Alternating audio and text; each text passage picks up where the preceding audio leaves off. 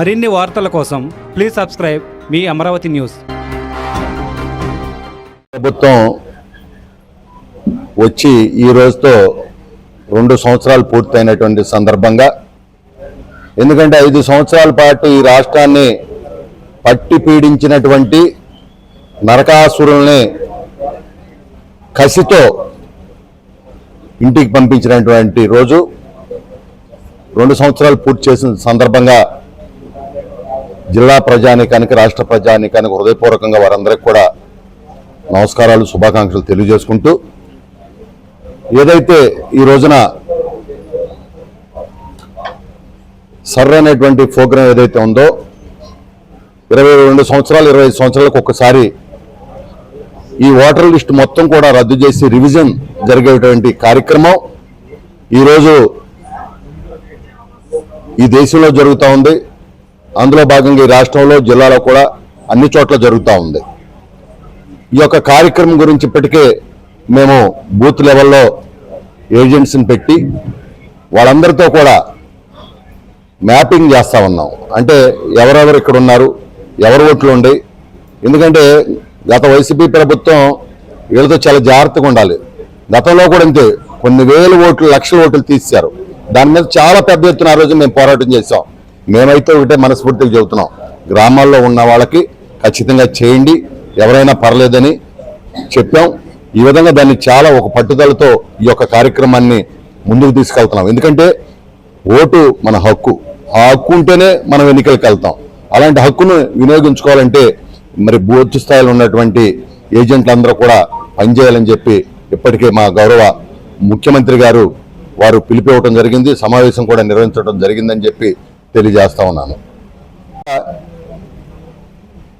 ఇటీవల కాలంలో జగన్మోహన్ రెడ్డి వాళ్ళ బ్యాచ్ అందరూ కూడా డిఎస్సి మీద పడ్డారు.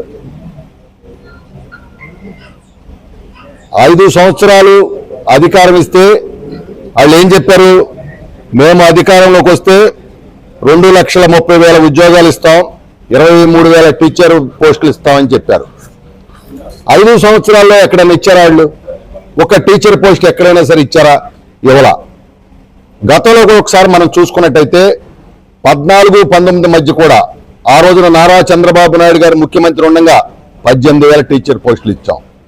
ఆయన హయాంలో 11 డిఎస్సీలు చేస్తే 1,80,208 మందికి ఉద్యోగాలు ఇచ్చినటువంటి చరిత్ర చంద్రబాబు నాయుడు గారిది. ఆ తర్వాత ఈ కూటమి ప్రభుత్వం వచ్చిన తర్వాత ఏదైతే మాట చెప్పామో ఆ మాట ప్రకారం 16,347 మందికి ఈరోజు ఉద్యోగాలలో మరి డిఎస్సి ద్వారా ఇవ్వడం జరిగింది. 5 సంవత్సరాల్లో నువ్వు ఎన్నికల ముందు చెప్పి 22,000 మందిని తీస్తానని నువ్వు నోటిఫికేషన్ ఇచ్చింది ఎంతమందికి ఇచ్చావు ఆ రోజున? అది కూడా హడావుడిగా 2 నెలలు ఉందనగా 6,100 మందికి ఇచ్చావు. అంటే ఇదంతా నిరుద్యోగుల మోసం చేయటం కాదా? ఇవాళ ఒక ఉద్యోగం ఇవ్వకపోగా టీచర్ ఉద్యోగం మీరు ఏం మాట్లాడుతూ ఉన్నారు? ఇవాళ అక్రమాలు జరిగిపోయినాయి, పేపర్ లీక్ అయిందని నోటికి ఏదొస్తే అది మాట్లాడుతూ ఉన్నారు. ఇవాళ నేను అడుగుతా ఉన్నా, ఇన్ని లక్షల మంది రాస్తే ఒక్క అభ్యర్థి కూడా ఈ రోజు వరకు కూడా మాట్లాడలా. కేవలం మీకెందుకంటే మీరు ఎలాంటి వాళ్ళంటే బాబాయిని చంపేసి అడావుడి చేసి ఆ రోజున చెల్లెల దగ్గర గుండెపోటని చెప్పారు మీ పేపర్లోనే, మీ టీవీల్లో.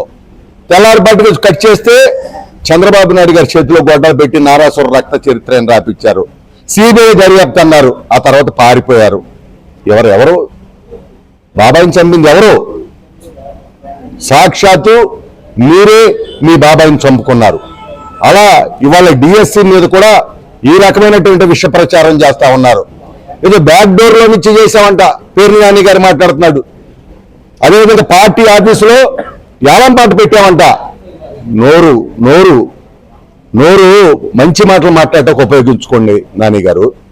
మా పార్టీ కార్యాలయం ఎలాంటిదంటే అన్న నందమూరి తారక రామారావు గారు ఆ రోజున హైదరాబాద్ లో పెట్టినటువంటి కార్యాలయం, ఈ రోజు మంగళగిరిలో ఉన్నటువంటి కార్యాలయం, ఆనాటి నుండి ఈనాటి వరకు కూడా ప్రతిరోజు అక్కడికి వెళ్ళే ప్రతి వారికి కూడా అన్నం పెట్టే అన్నపూర్ణ మా తెలుగుదేశం పార్టీ.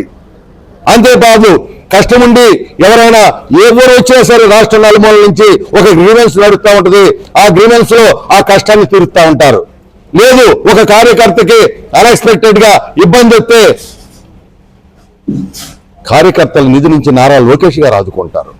అదేవిధంగా ఎవరికైనా మరి ఆరోగ్య సమస్య కానీ ఏదైనా ఇబ్బంది వస్తే మరి సీఎం రిలీఫ్ ఫండ్ కావచ్చు, ఎల్ఓసీలు కావచ్చు, మరి ఇతర సహాయాలు కావచ్చు మా నాయకుడు నారా చంద్రబాబు నాయుడు గారు చేస్తూ ఉంటారు.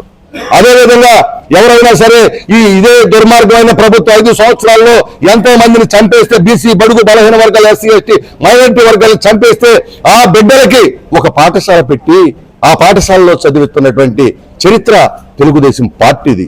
అది మా పార్టీ చరిత్ర. మాది ఒక దేవాలయం, పవిత్ర దేవాలయంలో మేము ఇన్ని లక్షల మంది ఉద్యోగాలు ఇస్తే ఏ ఒక్క అభ్యర్థి కూడా మాట్లాడాల. కానీ ఈ రోజున మీరు ఇప్పటికే మీరు గుర్తుపెట్టుకోండి, 5 సంవత్సరాలు మీరు ఎన్ని పాపాలు చేశారంటే అన్ని పాపాలు చేశారు. బాబాయిని చంపటమే కాదు, తన సొంత తల్లిని ఆ రోజున పార్టీ మరి గౌరవ అధ్యక్షురాలు ఉంటే ఆ ప్లేనరీ సమావేశంలో మీరు బయటికి మరి పార్టీ పదవి తొలగించి బయటికి పంపించారు. అదేవిధంగా సొంత చెల్లి ఉంటే నువ్వు జైల్లో ఉంటే ఆ పాదయాత్ర చేసి పార్టీని కాపాడితే అలాంటి చెల్లిని ఆస్తోకుండా కాలుతో తన్ని పంపినటువంటి దుర్మార్గుడు జగన్మోహన్ రెడ్డి.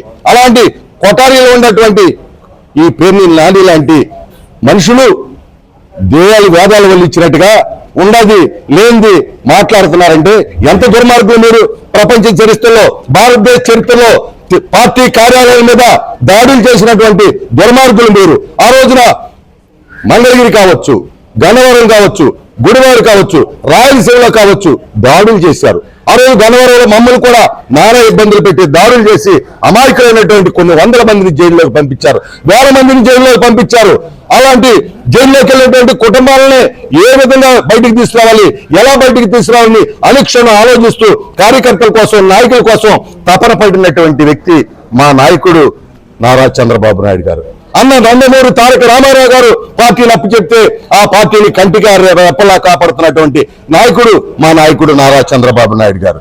ఆ రోజున 14-19 మధ్యన ఉపాధి హామీ పెండింగ్ బిల్లుల డబ్బులు 3,000 కోట్ల రూపాయలు నిధులు వచ్చి ఉంటే ఆ నిధులను దారి మళ్లిచ్చేస్తే 3,000 కోట్ల రూపాయలు పనులు చేసినటువంటి ఎంతో మంది సర్పంచులు, ఎంపీటీసీలు, అదేవిధంగా చిన్న చిన్న కాంట్రాక్టర్లు పార్టీలకు అత్యధికంగా ఉంటే వాళ్ళందరినీ సర్వనాశనం చేస్తే 60 మంది ఆత్మహత్య చేసి చచ్చిపోయారే, కొన్ని వందల మంది పొలాలు అమ్ముకున్నారు, కొన్ని వందల మంది ఇల్లు తాకట్టు పెట్టుకున్నారు. మొత్తం కూడా వ్యవస్థను సర్వనాశనం చేసావు నువ్వు. ఆ పాపం కాదా నీకు తగిలిందని నేను అడుగుతా ఉన్నా. ఆ పాపం కాదా నీకు తగిలింది? అందుకే కదా నీకు 151 సీట్లలో 5 తీసేసి 11 ఇచ్చింది ప్రజలందరూ.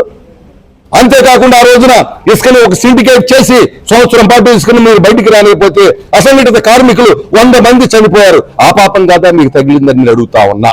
ఈ రాష్ట్ర రాజధాని కోసం 35,000 ఎకరాలు భూములు ఇచ్చినటువంటి రైతు, ఒక రైతుకి 1 ఎకరం ఉంటే ఆ 6 కాలం కష్టపడి పండించే రైతుకి భూములు తెలిసిద్ది.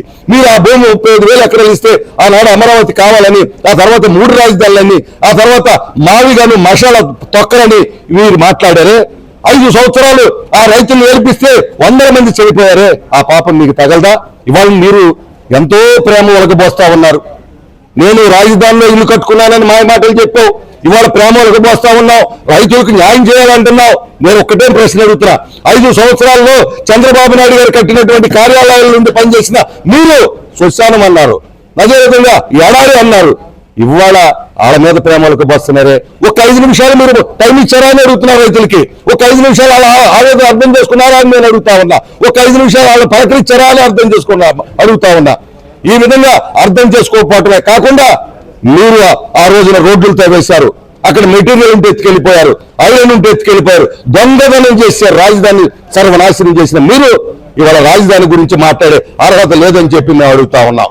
రోజుల్లో మేము చేసేటువంటి అభివృద్ధి, సంక్షేమం ఏదైతే బిడ్డల భవిష్యత్, ఎందుకంటే ఈ రోజున బిడ్డల భవిష్యత్ కోసం కూటమి ప్రభుత్వం నారా చంద్రబాబు నాయుడు గారు కావచ్చు, పవన్ కళ్యాణ్ గారు కావచ్చు, నారా లోకేష్ గారు కావచ్చు, ఇవాళ బిడ్డల భవిష్యత్ కోసం అనేక పరిశ్రమలు ఈ రాష్ట్రానికి తీసుకొచ్చి 23 నెలల కాలంలో 23 లక్షల కోట్ల పెట్టుబడులు 23 లక్షల ఉద్యోగాలకి కల్పన చేయాలని పగలనక రేయనక పనిచేస్తా ఉన్నారు. కావాలంటే వెళ్ళి చూడండి, అశోక్ లేదంటే మీ కృష్ణా జిల్లాలో మీరు పాలన వెళ్తే ఈ రోజు బ్రహ్మాండంగా పని చేపిస్తా ఉంది. నిన్న వెంకటరావు గారు చెప్పాడు, ఇవాళ 900 పైచులకు నేను ఉద్యోగాలు అక్కడ చేస్తా ఉన్నారు, మేము పెట్టించామని చెప్తా ఉన్నారు. ఆ విధంగా ఏదైనా ఒక మంచి పని చేశామని చెప్పండి. మీరు ఒక మంచి పని చేయకపోగా మీరు మొత్తం కూడా సర్వనాశనం చేసి ఇవాళ ఇంకా అధికారం కోసం, ఎందుకంటే మీరు మొత్తం కూడా దారి దోపిడీదారులు, మీరందరూ కూడా రాష్ట్రాన్ని దోచుకున్నారు, ఒక దొంగల ముఠాగా దోచుకున్నారు. ఇవాళ నువ్వు కూడా ఇక్కడ మాట్లాడుతా ఉన్నావు. పేదవారు తినే బియ్యానికి కూడా కక్కుర్తిపడినటువంటి ఒక వ్యక్తి చెప్పే మాటలు ఈ రోజున వినాల్సి వస్తున్నందుకు చాలా బాధగా ఉంది. ఇవాళ ఒక్కటే, ఈ ప్రభుత్వం ఇక్కడ మచిలీపట్నంలో మా నాయకుడు కొల్లు రవీంద్ర గారి నాయకత్వంలో, మా ఎంపీ బాలశౌరి గారి నాయకత్వంలో రాబోయేటువంటి రోజుల్లో అభివృద్ధిని, సంక్షేమాన్ని, బిడ్డల భవిష్యత్తుని ముందుకు తీసుకెళ్తామని చెప్పి తెలియజేస్తా ఉన్నాను.